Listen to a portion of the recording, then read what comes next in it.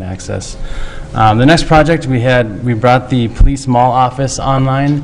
For quite some time now, ever since they've been up there, they've kind of been an island unto themselves. They have had PCs up there, but they didn't have secured access back to City Hall to write the reports, anything like that. We now have them connected online so that they can save the drive time of coming back and forth to just up there writing the reports. They can do everything up there now that they could back here in City Hall. So more efficient time of officers. The next one we installed, or we didn't, but we had Sprint Nextel install some amplifiers in all of our core city buildings.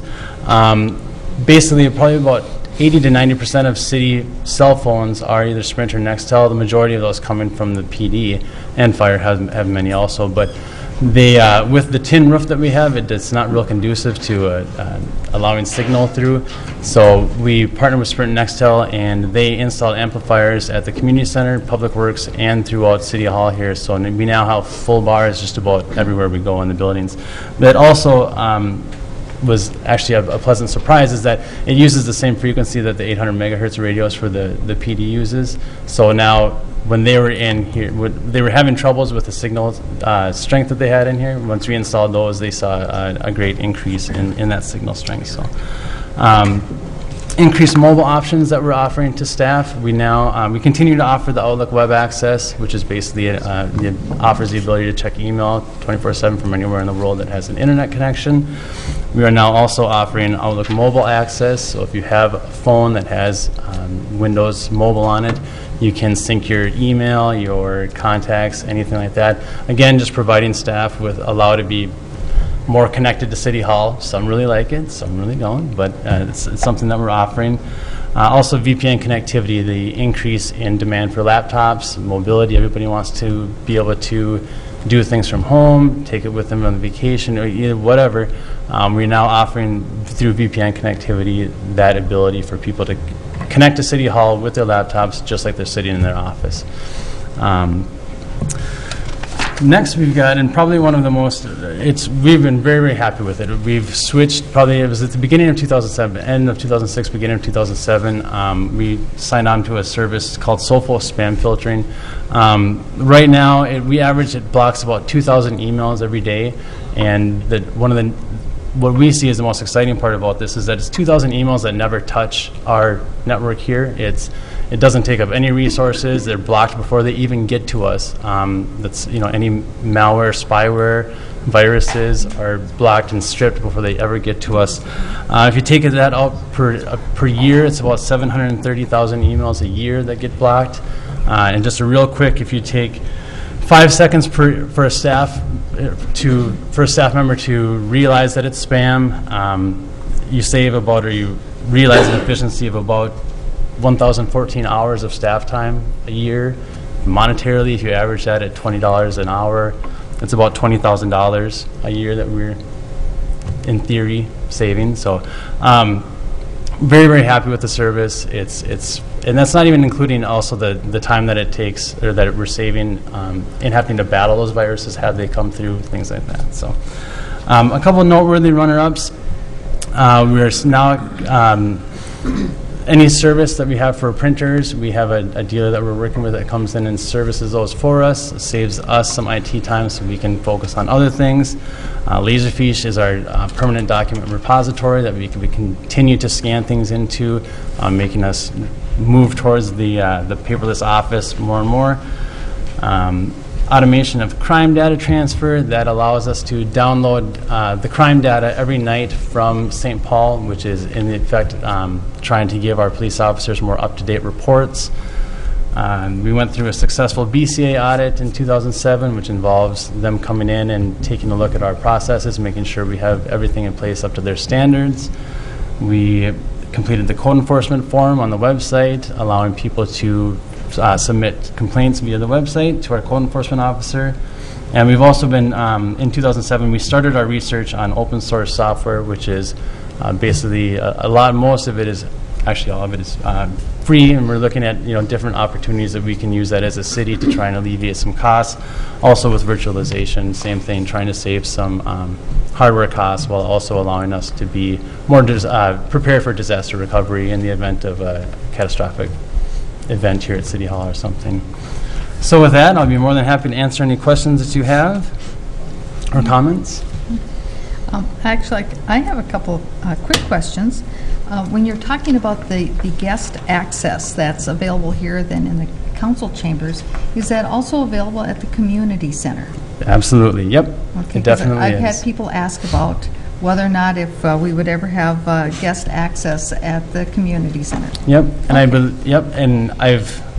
I've actually, it's kind of neat for me to walk in there and see people, a parent watching their children play and having their laptop there and, probably doing whatever she needs to do. But the other nice thing about that also, if you have any questions, is that we do strip out any bad websites, we should say. So there are some restrictions to the sites that you can get to over the guest access network. So it's just kind of a security feature that we've added for that. So. Okay, very good. Mr. Nephew? Yeah, I had a couple questions on that, whether you had any port blocking or other whitelist, blacklist things. Yeah, as far as, well, there's two sides of it. Security, it's completely segmented off of our network. If you connect to the guest access, there's no way that you could get onto our secure network. That was one thing about security. We actually have to install a piece of software on your laptop or your mobile device in order to connect to the secure side of it. Guest access is completely segmented off. And then also with whitelist, blacklist, as far as the sites that you can go to, we subscribe to a list that's basically, that's their job, is they update any new or ongoing sites that are inappropriate, gambling sites, pornographic sites, anything like that are automatically blocked, and that's based on the list that this company keeps up to date daily. I'm trying to think if this is a place where I've had trouble sending email through a client. A software client using the guest access. Do you have the port for outgoing SMTP? Yes, guest access. Okay, that's a very good point. Guest access is only allowed. It's web traffic. So if you're trying to use, an email client, which is possibly using a different port, it's so port 80 goes through, but other ones correct. Currently, and I'm sorry, and FTP. So okay, thanks. Okay. Mr. Jelly? You ever thought about putting up a sign? Like a hotspot, the stickers you see on doors and you walk into certain locations like libraries and that kind of stuff? Yeah, actually, not to steal Karen's thunder, but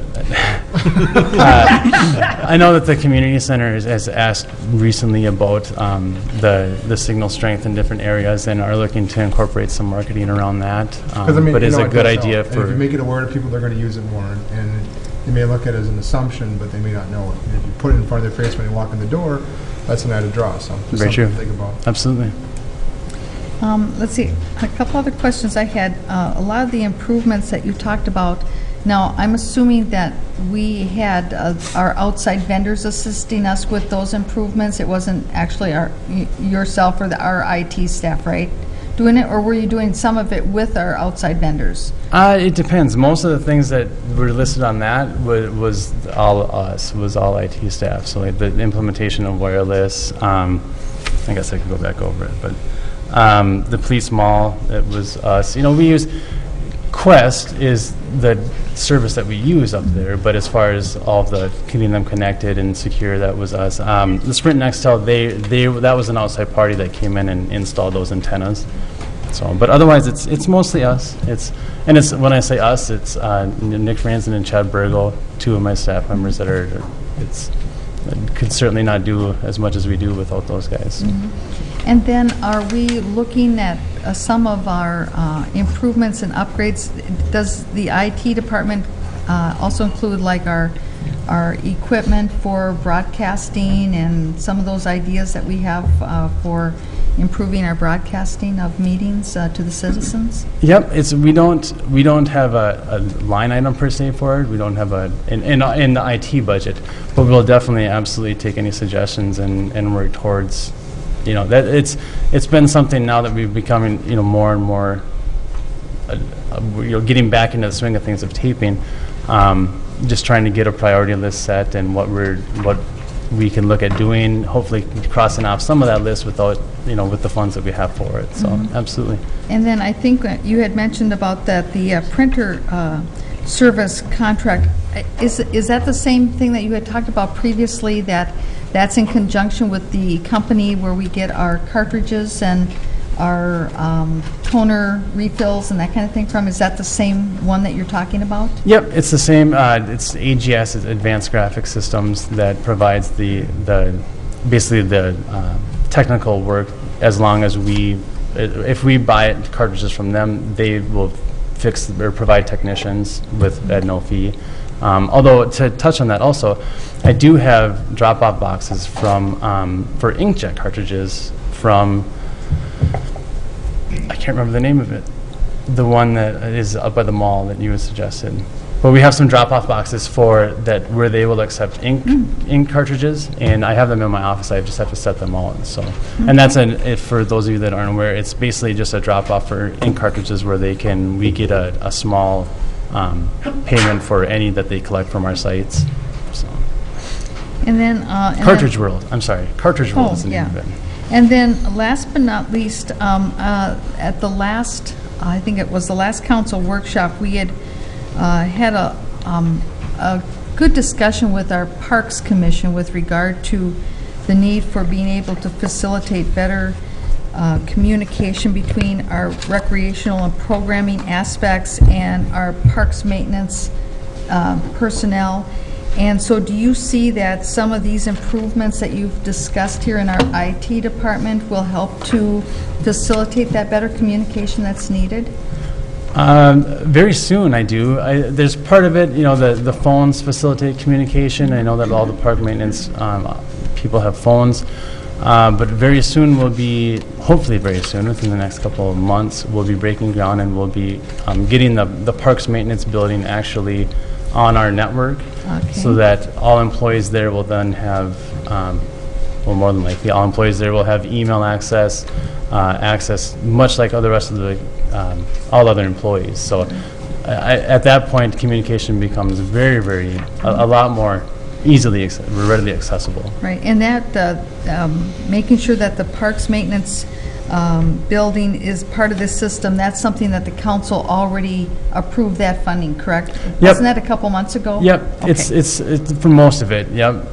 I might have to ask for a little bit more that I have. I just have to authorization to spend it. But yes, that is something that was actually carried over from 2007. Okay, good, thank you very much for that. Okay. Council, any other questions? Okay, well, thank you. Thank you. Thank you. Next, then, we have another presentation, and this is with regard to citizen services presentation. We do not have a report, but Ms. Guilfoyle is here to give a presentation. Thank you.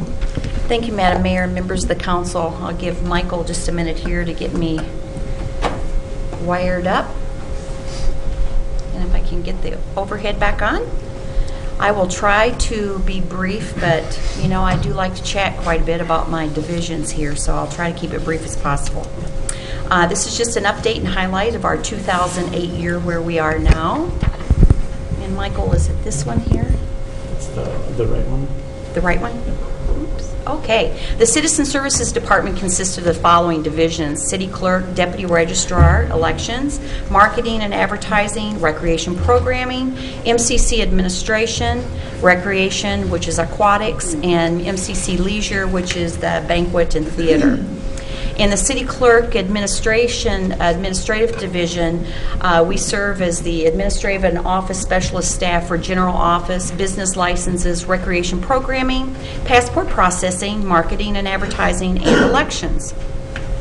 The City Clerk Administration, just to give you an idea of what we do in that division, we serve at the City Council's keeping records for you, and so far in 2008 there have been 612 pages of minutes, in 4,880 pages of agenda reports, and in 49 packets.